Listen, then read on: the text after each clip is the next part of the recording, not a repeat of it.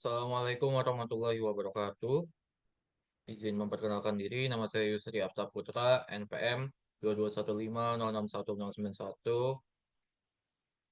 Pada video kali ini saya akan menjelaskan mengenai tugas dari user experience terkait pembuatan makalah, yang dimana makalah di sini saya berikan judul makalah penerapan pendekatan UX Design Thinking dalam pengembangan aplikasi Prevent pada studi independen Altera.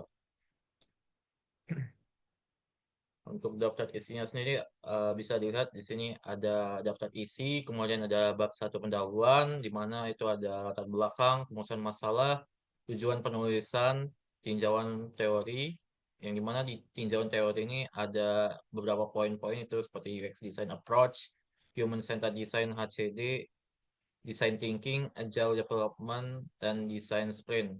Kemudian di bab 2 metode penelitian itu ada jenis penelitian, metode pendekatan, teknik pengumpulan data, teknik analisis data, dan lokasi dan waktu penelitian.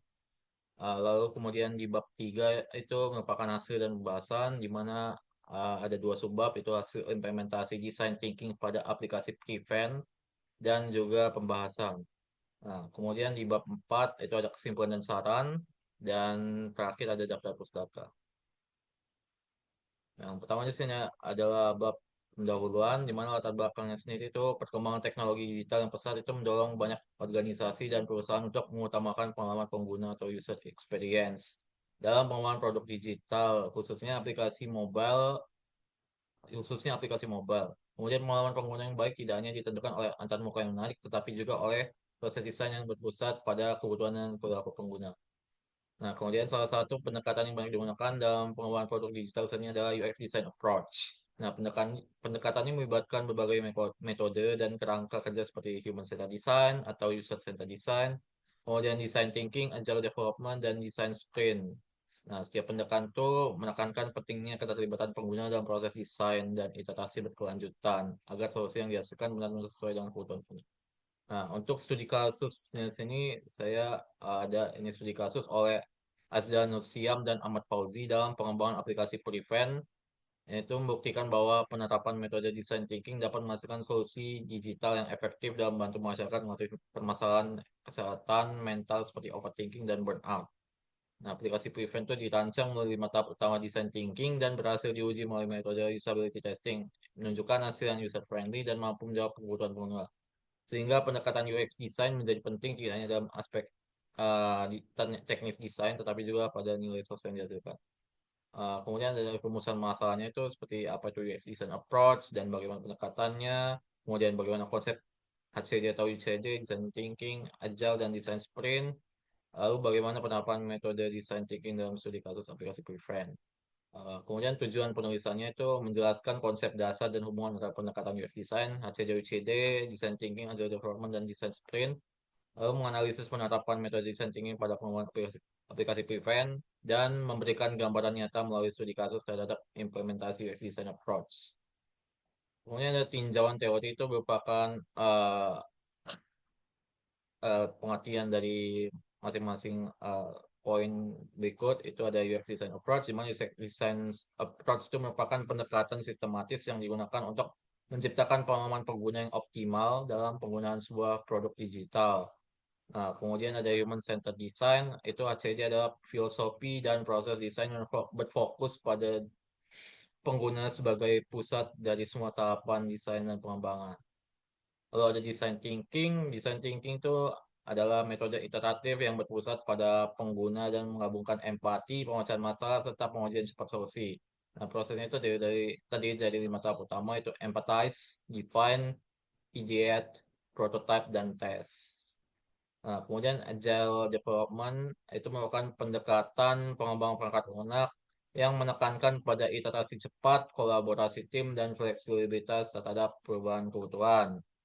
Lalu ada design sprint, di mana design sprint merupakan metode yang dikembangkan oleh Google Ventures yang menggabungkan prinsip-prinsip design thinking dan agile. Nah, metode ini dilakukan dalam waktu singkat, biasanya 5 hari, untuk menjawab pertanyaan kritis dalam pengembangan produk mulai ideasi, prototyping, dan testing langsung pada pengguna.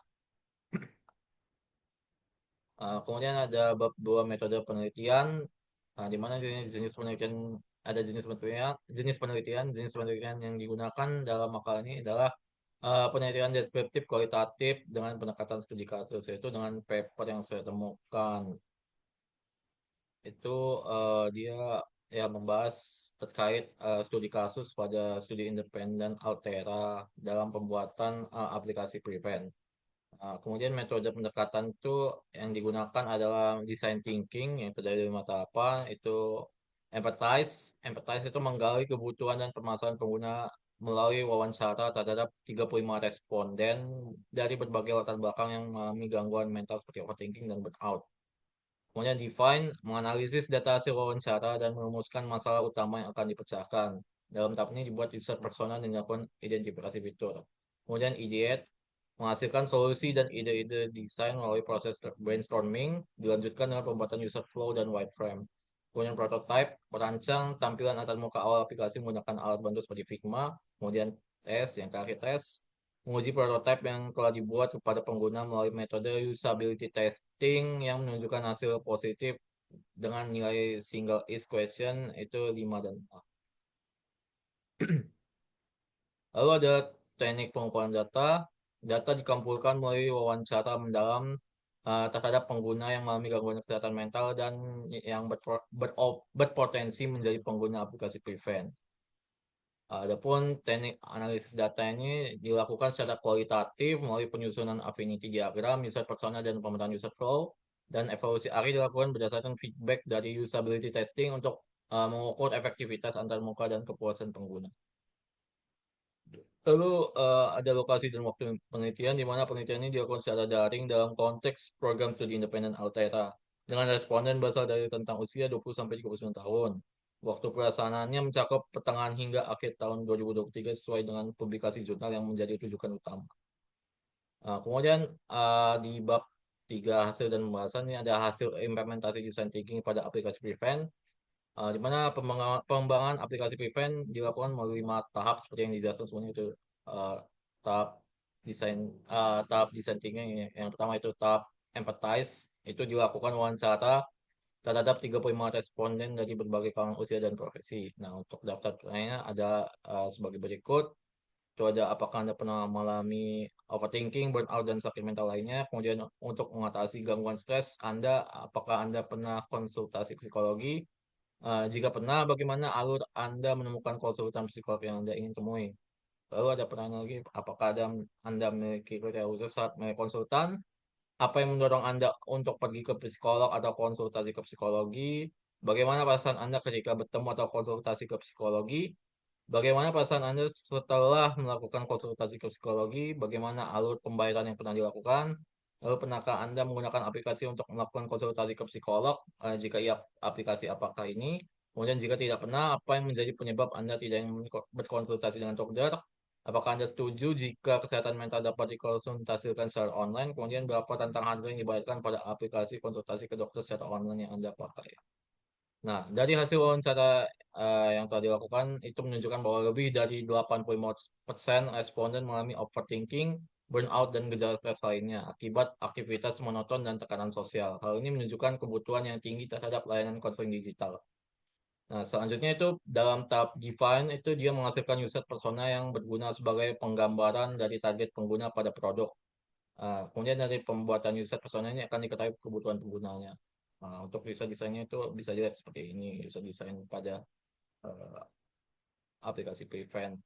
Kemudian setelah mengetahui kebutuhan pengguna, maka dilakukan identifikasi alur. Fitur utama yang dikembangkan meliputi konsultasi via chat, konsultasi via telepon, dan akses artikel kesehatan mental. Seperti ini, identifikasi fiturnya dibuat dalam bentuk tabel. Ada konsultasi chat, konsultasi telepon, dan artikel. Di mana konsultasi chat itu user dapat berkonsultasi dengan psikolog melalui pesan langsung. Kemudian konsultasi telepon, user dapat berkonsultasi dengan psikolog melalui percakapan langsung. Dan artikel, user dapat membaca artikel yang berhubungan dengan mental health care. Nah, setelah identifikasi fitur, nah untuk memudahkan dalam perjalanannya itu dibuat affinity diagram. Affinity diagram itu teknik yang digunakan untuk melakukan proses penelitian pengguna untuk mendapatkan hasil yang berbeda wawasan dan peluang. Nah, untuk affinity diagramnya itu dapat dilihat seperti ini. Itu dia seperti apa ya? fitur-fitur yang mungkin ada pada aplikasinya di sini seperti ada registrasi, login, search, homepage, pilihan dalam program, notifikasi, pemesanan, chat, konsultasi, dan riwayat. Nah, kemudian dalam tab idiot, tab selanjutnya itu dilakukan pembuatan user flow dan wireframe dari tampilan aplikasi prevent. Hasilnya adalah alur penggunaan aplikasi yang ringkas dan intuitif. Seperti ini, ada start, kemudian login, jika yes dia akan ke homepage, jika no dia akan kembali suruh untuk login terlebih dahulu baru bisa masuk ke homepage. Kemudian ingin berkonsultasi psikolog, eh, di sini ada dua pilihan, milih metode konsultasi atau membaca artikel. Kemudian jika milih metode konsultasi itu dia milih metode konsultasi, melakukan pembayaran, melakukan konsultasi, lalu selesai. Nah, kemudian desain antarmuka dibuat dalam skema wireframe sebelum diubah menjadi tampilan user interface atau UI yang lebih interaktif dan menarik. Nah, untuk tampilan wireframe-nya itu seperti ini. Ini ada gambar wireframe mobile 1, kemudian di sini ada gambar wireframe mobile 2. Nah, kemudian pada tahap prototype, tampilan aplikasi dibuat menggunakan Figma. Desain awal mencakup halaman splash screen, login, daftar artikel, menu konsultasi, dan profil pengguna. Nah, di sini adalah gambaran user interface mobile 1. Nah, yang selanjutnya di sini adalah gambaran untuk user interface mobile 2. Nah, prototype ini kemudian digunakan dalam tahap tes yang dilakukan melalui usability testing kepada pengguna target. Dan hasil pengujian menggunakan metode moderated usability testing menunjukkan nilai single is question atau SEQ sebesar 5 dan 6. Nilai tersebut menunjukkan bahwa sebagian besar pengguna merasa aplikasi mudah digunakan dan mampu menyelesaikan tugas mereka tanpa hambatan berarti. Nah, dengan demikian, aplikasi Prevent ini dinilai berhasil secara desain dalam aspek kemudahan penggunaan dan relevansi fitur. Kemudian pada pembahasan, penerapan metode design thinking dalam pengembangan aplikasi Prevent menunjukkan efektivitas pendekatan ini dalam menghasilkan solusi digital yang tepat sasaran. Melalui lima tahapannya, itu empathize, define, ideate, prototype, dan test, tim pengembang berhasil mengidentifikasi kebutuhan pengguna, merancang fitur yang relevan, serta menghasilkan desain antarmuka yang mudah digunakan. Nah, secara keseluruhan, pendekatan design thinking terbukti mampu memfasilitasi proses pengembangan produk digital yang fokus pada pemecahan masalah nyata pengguna. Hasil pengujian menunjukkan bahwa pengguna merasa nyaman dan terbantu dengan aplikasi Prevent, khususnya dalam aspek kemudahan akses layanan konsumen digital dan informasi terkait kesehatan mental. Nah, temuan ini menegaskan bahwa proses iteratif dan berbasis empati dari design thinking dapat meningkatkan kualitas dan relevansi produk secara keseluruhan. Nah, berikut merupakan paper UX Designer Approach yang digunakan sebagai studi kasus pada makalah ini. Itu judulnya penggunaan metode design thinking dalam perancangan UI UX mobile aplikasi Prevent, studi kasus, studi independen Atera. Untuk link jurnalnya sendiri bisa diakses melalui link berikut. Kemudian untuk link videonya nanti akan saya cantumkan setelah saya selesai melakukan presentasi. Kemudian bab 4 kesimpulan dan saran, di mana di sini ada kesimpulannya itu berdasarkan hasil analisis dan studi kasus yang dilakukan, dapat disimpulkan bahwa pendekatan UX desain yang mencakup metode design thinking itu terbukti efektif dalam menghasilkan solusi digital yang berpusat pada pengguna. Nah, proses ini memungkinkan pengembang memahami kebutuhan pengguna secara mendalam dan merancang solusi yang sesuai secara fungsional dan emosional. Lalu yang kedua, aplikasi Prevent yang dikembangkan melalui mata design thinking mampu menjawab kebutuhan pengguna terkait layanan konseling kesehatan mental secara digital. Hasil usability testing menunjukkan bahwa aplikasi mudah digunakan, relevan, dan diterima dengan baik oleh pengguna. Lalu yang kesimpulan ketiga, itu penerapan design thinking tidak hanya meningkatkan kualitas UI UX aplikasi, tetapi juga menciptakan nilai sosial dalam meningkatkan kepedulian masyarakat terhadap kesehatan mental. Kemudian adapun saran yang diberikan bertujuan untuk mendukung pengembangan dan penyempurnaan aplikasi Prevent ke depannya, yaitu yang pertama untuk pengembangan lanjutan disarankan dilakukan perluasan fitur aplikasi Prevent seperti integrasi kalender untuk jadwal konsultasi, fitur chatbot awal untuk screening masalah, serta pengembangan sistem rekomendasi psikolog berdasarkan preferensi pengguna. Kemudian yang kedua diperlukan uji coba lebih luas dengan berbagai kelompok pengguna dan peningkatan pada keamanan data untuk meningkatkan kepercayaan pengguna terhadap aplikasi. Dan yang terakhir, pendekatan UX design berbasis design thinking dapat terus diterapkan pada pengembangan produk digital lainnya, khususnya yang berkaitan dengan isu sosial dan kesejahteraan masyarakat. Untuk daftar pustakanya, eh, sini saya menggunakan 5 daftar pustaka.